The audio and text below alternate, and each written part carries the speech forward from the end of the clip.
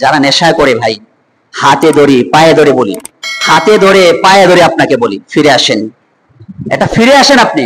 কারণ আল্লাহ তাআলা এটা নিষেধ করেছেন।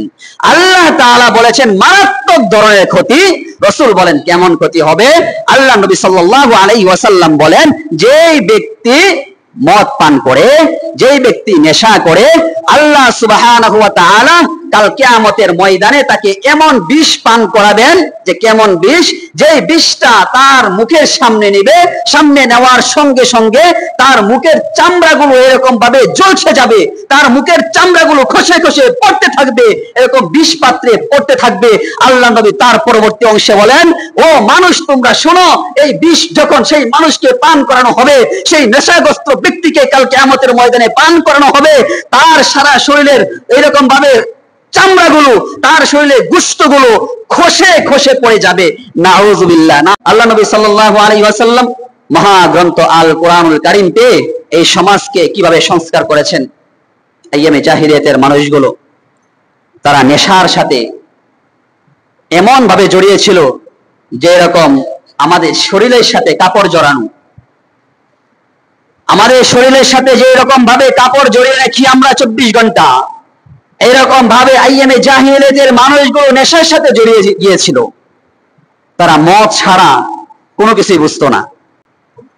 আল্লাহ নবী সাল্লাল্লাহু আলাইহি ওয়াসাল্লামকে ওমর রাদিয়াল্লাহু তাআলা আনহু সহ কয়েকজন সাহাবী জানাইলেন, ইয়া রাসূলুল্লাহ, যখন মানুষ মদ পান করে, এই মদ পান করার পরে তাদের কোনো হিতাহিত জ্ঞান থাকে না, এই নেশা করার পরে তাদের কোনো হিতাহিত জ্ঞান থাকে না, কি করা যায় ইয়া রাসূলুল্লাহ? এই সম্পর্কে আমাদেরকে সঠিক দিক নির্দেশনা আপনি দিন। আল্লাহ নবী সাল্লাল্লাহু আলাইহি ওয়াসাল্লামের উপর আল্লাহ পাক রব্বুল আলামিন মহা গ্রন্থ আল কোরআনের আয়াতে কারিমা নাযিল করেন। আল্লাহ সুবহানাহু ওয়া তাআলা বলেন, ইয়াসআলুনাকা আনিল খামরি ওয়াল মাইসির কুল ফীহিমা ইসমুন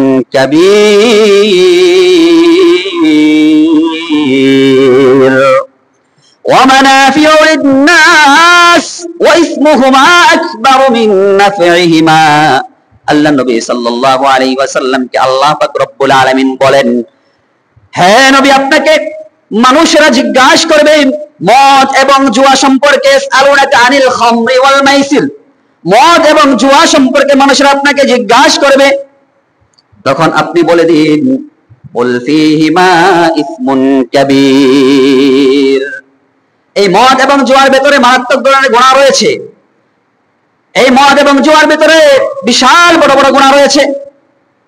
ওয়া মানাফিউ লিন-নাস, ওয়া মানাফিউ লিন-নাস, কিন্তু পার্থিব জগতে সামান্য উপকার। জুয়া যারা খেলে মনে করেন যে সে টাকা ইনকাম করে ফেলাইছে, পার্থিব জগতে সামান্য উপকার পাইল না। যারা মদ খায়, নেশা করে, সামান্য সময়ের জন্য তার মনের ভেতরে একটু ভালো লাগা কাজ করে, তার মনের ভেতরে একটু ভালো লাগা কাজ করে। আল্লাহ সুবহানাহু ওয়া তাআলা আয়াতের কারিমার পরবর্তী অংশে বলেন, ওয়া ইসমুহুমা আকবারু মিন নাফইহিমা। আল্লাহ পাক রব্বুল আলামিন বলেন, এই সামান্য উপকারের পরে তাদের জন্য মারাত্মক ধরনের গুনাহ রয়েছে। এই সামান্য উপকারের পরে মারাত্মক ধরনের ক্ষতি রয়েছে। আল্লাহ তাআলা বলেন মারাত্মক ধরনের ক্ষতি।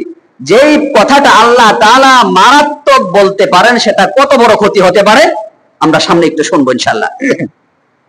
একদিন আব্দুর রহমান ইবনে আউফ রাদিয়াল্লাহু তাআলা আনহু এরকম কয়েকজন সাহাবী বন্ধুদেরকে দাওয়াত দিলেন তার বাসায়। দাওয়াত দেওয়ার পর খাবার দাবারের শেষে তিনি এরকম ভাবে মদ্যপানের ব্যবস্থা করলেন। তখন তো মদ নিষেধ হয় নাই, আল্লাহ তাআলার পক্ষ থেকে আয়াতে কারিমা নাজিল হয় নাই, মদ নিষেধ এরকম কোনো কিছুই নাজিল হয় নাই। মদ্যপানের ব্যবস্থা করার পর এরকম ভাবে তারা খাইতে খাইতে মাগরিবের নামাজের ওয়াক্ত হয়ে গেল। নামাজে দাঁড়ায় একজনকে ইমাম বানায় দিলেন।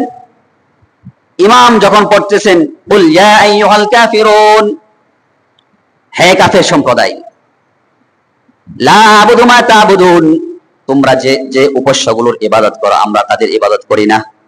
কিন্তু ইমাম সাহেব কি পড়তেছে? আবুদু মা তা'বুদুন, তোমরা যে উপাস্যগুলোর ইবাদত করো আমরাও তাদের ইবাদত করি। নাউজুবিল্লাহ। কিন্তু তিনি নেশাগ্রস্ত অবস্থায় নামাজ পড়াইতেছেন, নামাজে ভুল করে ফেলাইলেন। আল্লাহ নবী সাল্লাল্লাহু আলাইহি ওয়াসাল্লাম তিনার উপর আয়াতে কারিমা নাযিল হয়ে গেল আল্লাহ সুবহানাহু ওয়া তাআলার পক্ষ থেকে।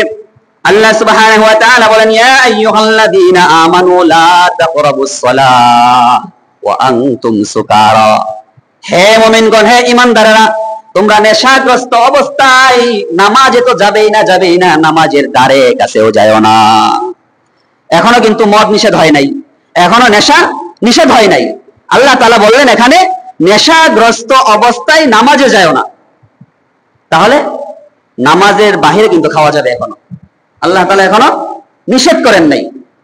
তার পরবর্তী আয়াতে আল্লাহ সুবহানাহু ওয়া তাআলা বলেন, ইয়া আইয়ুহাল্লাযীনা আমানু ইন্নামাল খামরু ওয়াল মাইসিরু ওয়াল আনসাবু ওয়াল আজলাম রিজসুম মিন আমালিশ শাইতান ফাজতানিবুহু লাআল্লাকুম তুফলিহুন। আল্লাহ পাক রব্বুল আলামিন বলেন, মদ, জুয়া, প্রতিমা, ভাগ্য নির্ধারক তীর, এ সমস্ত কিছু হলো শয়তানের নাপাক কর্মকাণ্ড। এ সমস্ত কিছুকে শয়তানের নাপাক কর্মকাণ্ড। তোমরা এ সমস্ত পরিত্যাগ করো, লাআল্লাকুম তুফলিহুন। যদি এই সমস্ত কিছু তোমরা পরিত্যাগ করতে পারো, তাহলে তোমরা আল্লাহ তাআলার কাছে সফল কাম হতে পারবা, আল্লাহ তাআলার কাছে তোমরা মনোনীত বান্দা হতে পারবা, আল্লাহ তাআলার কাছে প্রিয় পাত্র হতে পারবা, প্রিয় বান্দা হতে পারবা। এখন ভাই, আপনি নামাজ পড়তেছেন, নামাজ পড়ার পরে আপনি নেশা করতেছেন। আল্লাহ নবী কি বলেন জানেননি? যেই ব্যক্তি নেশা করে, মদ পান করে, আল্লাহ সুবহানাহু ওয়া তাআলা তার কোনো ইবাদত বন্দেগী কিন্তু কবুল করেন না, যতক্ষণ পর্যন্ত না সে তওবা করে ফিরে আসে।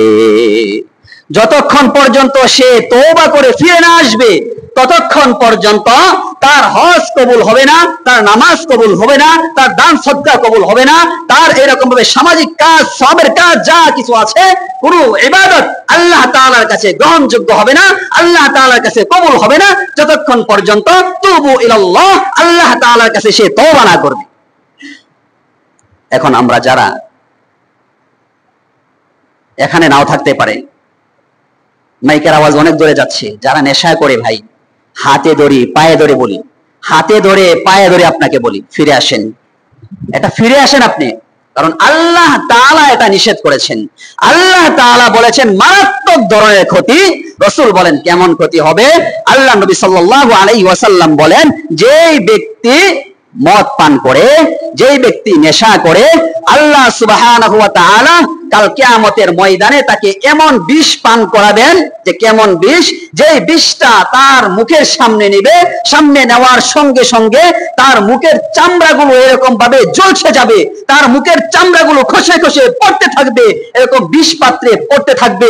আল্লাহ নবী তার পরবর্তী অংশে বলেন, ও মানুষ, তোমরা শোনো, এই বিষ যখন সেই মানুষকে পান করানো হবে, সেই নেশাগ্রস্ত ব্যক্তিকে কাল কিয়ামতের ময়দানে পান করানো হবে, তার সারা শরীরের এরকম ভাবে চামড়াগুলো, তার শরীরে গোশতগুলো খসে খসে পড়ে যাবে। নাউযুবিল্লাহ, নাউযুবিল্লাহ। সেই শরীরের রক্তগুলো, মাংসগুলো, চামড়াগুলো খসে খসে পড়ে যাবে। আল্লাহ নবী বলেন, যেই ব্যক্তি দুনিয়াতে এক ডুব মদ পান করবে, এক ডোক নিশা পান করবে, একটু নিশা করবে, কাল কিয়ামতের ময়দানে আল্লাহ সুবহানাহু ওয়া তাআলা তাকে কেমন গুনার আসামি বানাবেন? রাসূল বলেন, পৃথিবীতে নষ্ট 36 জন নারীর সাথে এরকম ভাবে পরকিয়া করা, নষ্ট 36 জন নারীর সাথে এরকম ভাবে সহবাস করলে যেই পরিমাণ গুনাহ হবে, এর থেকে আরো মারাত্মক ধরনের গুনাহ হলো এই মদ পান করা, নেশা করা। নাউযুবিল্লাহ মিন যালিক। কেন? এই হাদিসের ব্যাখ্যায় মুহাদ্দিসিনে কেরাম লেখেন যে যারা নেশা করে অধিকাংশ মানুষ এই নেশাকে হালাল মনে করে, এই নেশাকে হালাল মনে করে এটা হারাম মনে করে না। যারা ঘুষ খায় এই ঘুষকে হারাম মনে করে না, এই ঘুষকে তার হালাল মনে করে, এটা হাদিয়া হিসেবে গ্রহণ করে যে আমি পরিশ্রম করতেছি, বিচার কার্য আমি সম্পন্ন করলাম, আমার কিছু টাকা পয়সা দিয়েছে, এটা আমি হাদিয়া হিসেবে নিয়েছি, সে এটাকে এরকম ঘুষ মনে করে না, সে এটাকে হালাল মনে করে, হারাম মনে করে না। এরকম ভাবে যারা সুদ খায়, সুদের সাথে যারা জড়িত, এই সুদকে তারা কখনো হারাম মনে করে না। এই সুদকে মনে করে যে আমি এই টাকা দিয়ে আমি ব্যবসা করতেছি, আমি অন্যকে টাকা দিয়েছি, এই টাকার বদলতে আমাকে কিছু উপঢৌকন দিয়েছে, কিছু টাকা বাড়িয়ে দিয়েছে। যেরকম ব্যাংকে মানুষ টাকা রাখে, লক্ষ লক্ষ টাকা রেখে এরকম ভাবে মাস শেষে কি আনে, ইন্টারেস্ট আনে। এরকম ভাবে তারা এই ইন্টারেস্ট বলে তাকে এটাকে সুদ মনে করে না।